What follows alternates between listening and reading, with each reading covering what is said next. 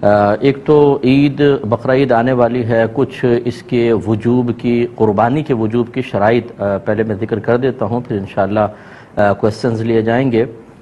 دیکھیں، قربانی کے جب 3 دن آتے ہیں تو ویسے تو فقہاء نے فرمایا کہ ان 3 دنوں میں ہر عاقل بالغ مرد عورت اپنے اندر قربانی کی شرائط کو تلاش کرے، لیکن بہتر یہ ہے کہ فرض کر لیں اگر آپ پہ قربانی واجب ہوتی تو آپ کب جانور خریدتے؟ جیسے مثلا آپ کو اندازہ ہو کہ 1 ہفتے پہلے لے آتے یا 3 دن پہلے لے آتے، تو بس اس وقت آپ اپنے اندر یہ شرائط تلاش کیجئے گا۔ گھر کے جس فرد میں یہ شرطیں جمع ہوں گی اس پر عید الاضحیٰ کی قربانی کرنا واجب ہوگا۔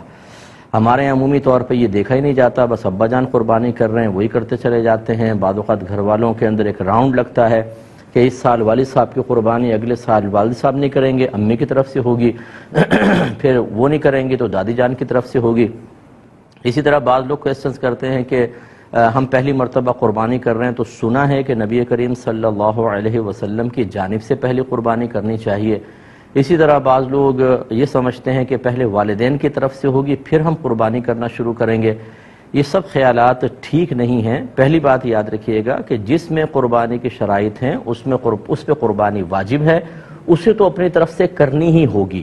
تو یہ ہو سکتا ہے کہ والدہ میں قربانی کے شرائط جمع ہوں، والد میں نہیں، تو ان پہ قربانی واجب نہیں ہوگی، والدہ پر ہوگی۔ اور یہ بھی پاسبل ہے کہ والد صاحب کے پاس بھی شرائط جمع ہیں، والدہ، بھابھی، بھائی، بچے، بہنیں جو بالغ ہیں، ایک ایک گھر میں 10 قربانیاں واجب ہو رہی ہوتی ہیں لیکن پتہ ہی نہیں ہوتا۔ تو اس لیے جس پر قربانی واجب ہے، اگر پہلی مرتبہ بھی ہے تو اسے واجب اپنی طرف سے کر کے ادا کرنا ہوگا۔ پھر یہ نہیں ہے کہ آپ نبی کریم صلی اللہ علیہ وسلم کی طرف سے کریں، کیونکہ رحمت کونین صلی اللہ علیہ وسلم کی طرف سے کریں گے تو وہ نفلی قربانی ہوگی، تو پھر آپ کا واجب تو رہ جائے گا، آپ گناہگار ہوں گے۔ ہاں، اگر کوئی ایسا شخص جذبہ رکھتا ہے تو 2 جانور لے کر آئے یا 2 گائے کے حصے لے، ایک حصہ نبی کریم صلی اللہ علیہ وسلم کے نام پر اور ایک اپنی طرف منسوب کر کے کرے۔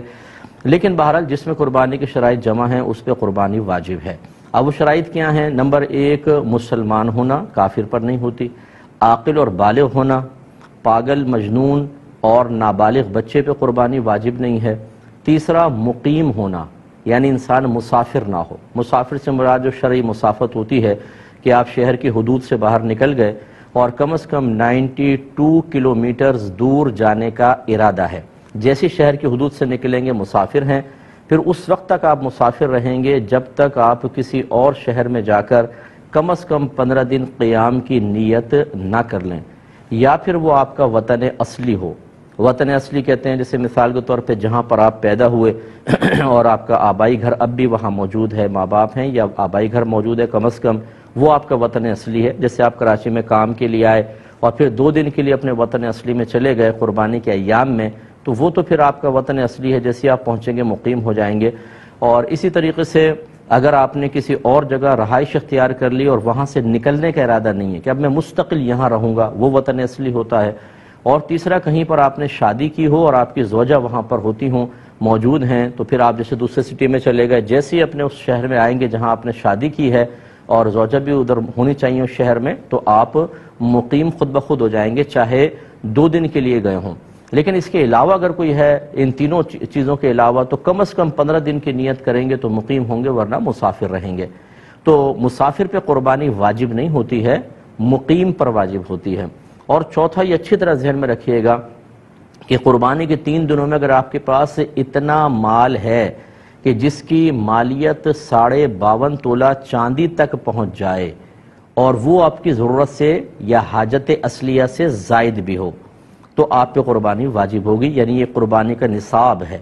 52.5 تولہ چاندی تقریباً آج کل 45,000 50,000 کا حساب کر لیں آپ، بس اتنا اگر اماؤنٹ آپ کے پاس ہے اور آپ کی ضروریات زندگی سے زائد ہونا چاہیے۔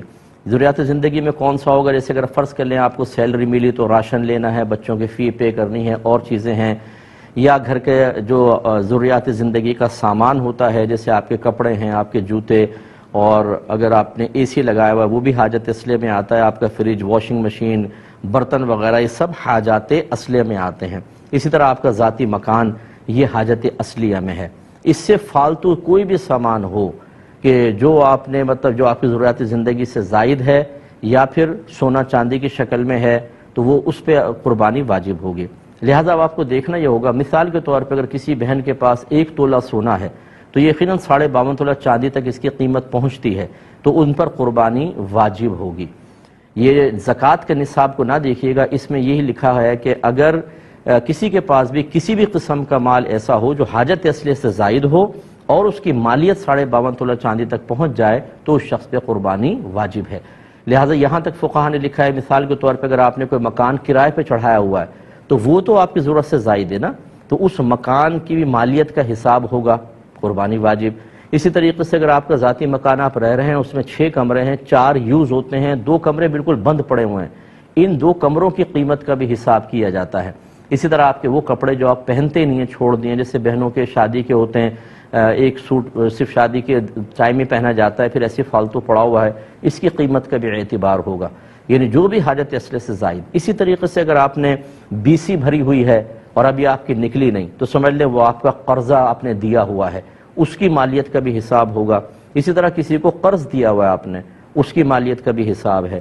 تو خلاصہ کلام یہ ہے کہ قربانی کے دن جب قریب آ جائیں تو آپ یوں کریں، جتنا آپ کا سونا ہے اس کی قیمت نکلوا لیں، چاندی کی قیمت نکلوائیں، جتنا کیش روپیہ پڑا ہے وہ بھی، پرائز بانڈ ہوں، شیئرز ہوں، سیونگ سرٹیفکیٹس آپ نے لے کے رکھے ہیں، ان سب کی قیمت اس میں ایڈ کر لیں۔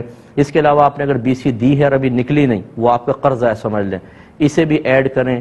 کسی کو ویسی قرض دیا ہوا ہے وہ بھی اس میں ایڈ کر لیں اور اس کا ٹوٹل نکال لیں۔ ٹوٹل نکالنے کے بعد پھر آپ یہ ضرور دیکھیے گا کہ کیا اس میں سے کچھ ایسا پیسہ ہے جو مجھے فوری طور پہ گھر میں خرچ کرنا ہو، یا پورے مہینے میں جیسے بجٹ کا ہوتا ہے آپ یوٹیلیٹی بلز کے لیے اور راشن وغیرہ کے لیے رکھتے ہیں، اسے اس میں سے مائنس کر دیں۔ اس کے علاوہ ہر وہ قرضہ جو اس منتھ میں آپ کو فوری طور پہ ادا کرنا ہے، جیسے کوئی انسٹالمنٹ دینی ہے آپ نے، یا کسی کا قرضہ لیا ہوا اور وہ کبھی بھی مطالبہ کر سکتا ہے، ایسا کوئی قرضہ جس کی کوئی میعاد وغیرہ مقرر نہ ہو، اس سب کو بھی اس میں سے مائنس کر دیں۔ اب جو باقی بچے دیکھیں، اگر وہ 52.5 تولہ چاندی کے برابر پہنچ جاتا ہے تو بس پھر ٹھیک ہے، آپ پہ قربانی واجب ہے، ورنہ نہیں ہے۔ سوری۔ اسی طریقے سے آپ نے ان تمام چیزوں کو ایڈ کیا، قرض باہر نکالا، آپ نے کوئی مکان کرائے پہ دیا ہوا ہے، دکان کرائے پر دی ہوئی ہے، یا آپ دکان چلاتے ہیں، وہ دکان آپ کی حاجت اصلیہ سے زائد کے لائے گی، اس کی قیمت ایڈ کریں گے تو قربانی بن جائے گی۔ اس طریقے سے ہر گھر کا فرد قربانی کا حساب کرے۔ اچھا، جب اس قسم کے مسائل لوگ سنتے ہیں، چونکہ اس میں خرچہ ہوتا ہے، تو کہتے ہیں یہ تو ہم نے آج تک نہیں سنا تھا، پتہ نہیں کہاں سے مسائل نکال کر لے آئے۔